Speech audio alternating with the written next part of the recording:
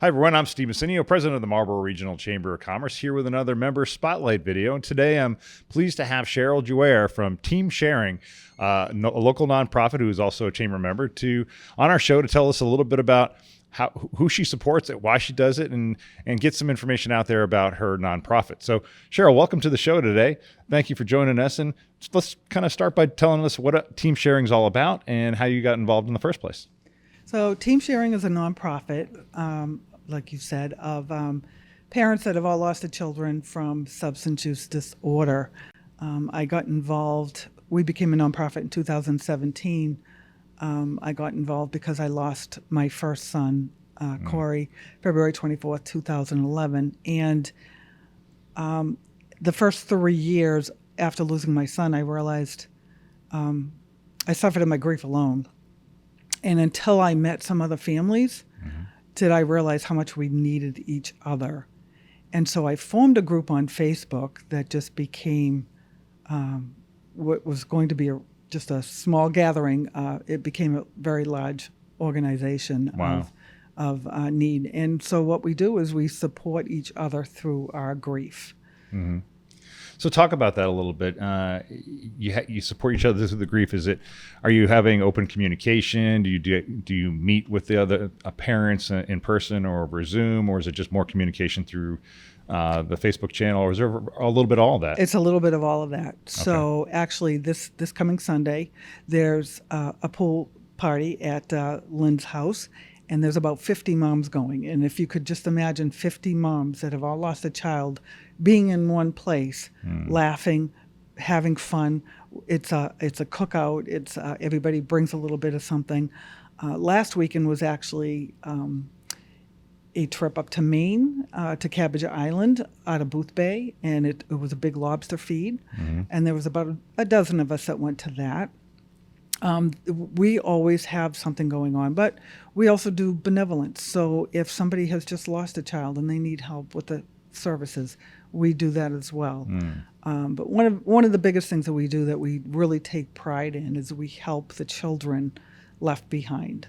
So more than likely, everybody that has passed had a child. And they're the ones who really suffer. Not that we don't, because we do, but Sure. The children are the ones that really suffer. So we try to do a lot of things for them. What are some of the things you do for them? We've had backpack drives. And what we do is with that is, and please, Walmart, don't think anything less, but we try to, give them good things like LL Bean, expensive things that maybe if their mom or dad were alive, that maybe they would have been able to buy them. So, and we want it comes from Team Sharing. So these kids know. We've done a coat drive. So at winter time, again, we've gone through LL Bean.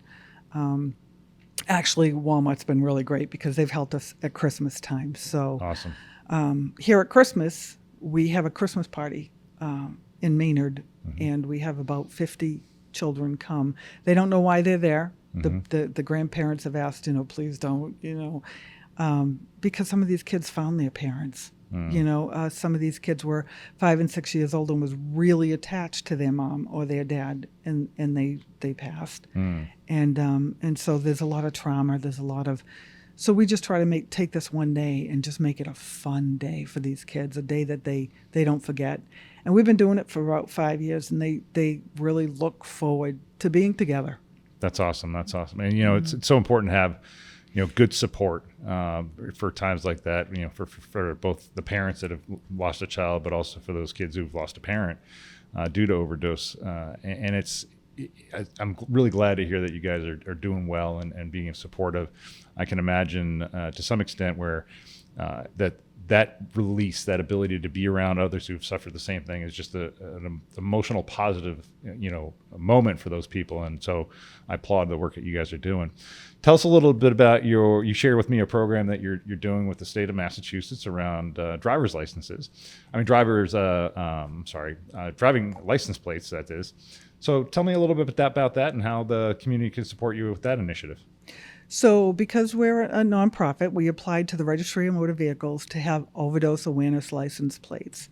And the main goal, well, there's two goals for that, but one of them is you're going to see a car that's going to have overdose awareness license plates, and everybody knows somebody. Everybody's been touched somehow. So you may pull up beside somebody and say, I have a child that's struggling, or I've lost a child, or I know somebody. And you can start a conversation right in the parking lot. That's really, really important. Sure. But we don't, as grief support, we don't get funding. So everything that we do is fundraising. And this will, all proceeds, once we get established with the registry, all proceeds will go directly to team sharing. So it will be a nonstop, hopefully, source of income for us. So we applied to the Registry of Motor Vehicles because we were a nonprofit. You have to be a nonprofit. Our logo's patented. So we fell into everything, and we had to wait, and we got the approval. Awesome. Now, the only thing with that is the registry says, okay, so now what you have to do is you have to get 750 prepaid applications. And until then, we don't even want to hear from you. Get the 750 prepaid, all the information. There's a form to fill out, and come to us with the check, and then we will begin to print. So it's a long process. Fortunately, there's no timeline on how. And Right. we've been doing this now for about 2 years. Sure. We have over 400 applications prepaid, and we need about 300 to 350 more. So this is what the license plate would look like. Know where to. We're straight ahead. Nothing. Oh, sorry. Okay, that's what the license plate will look like. It's really important for us that. Well, first of all, it's a specialty plate. It's $40, and you buy it every 2 years if you want. So it's just like Save the Whales or Cape Cod, or you even see the Red Sox or the Bruins. But this money will go directly to team sharing and all the funding that we need to do to help others, and that's basically what we do. So I ask everybody to please at least help us get it off the ground. Help us get that 750 so we can get it to the registry and then have them do the rest. Because once it's there, our hands are, we're done. Well, you get that consistency. Every 2 years that, if people likely aren't going to change their license plates, especially for a good cause like this. It's just another, revenue generator for your nonprofit for you to be able to support all those families that you do. So I think it's an outstanding idea, and I appreciate you sharing that. Yeah, thanks. And then once it's approved, when you go to the registry and you see up on the wall all the ones that you could choose from, and we could also send them to local dealerships. All right. For them to suggest to somebody that's buying a new car. So this could be a huge source of revenue for us, but we do need help. Okay. Awesome. Well, that's one way our viewers can help you. What are some other ways that viewers can help support your organization?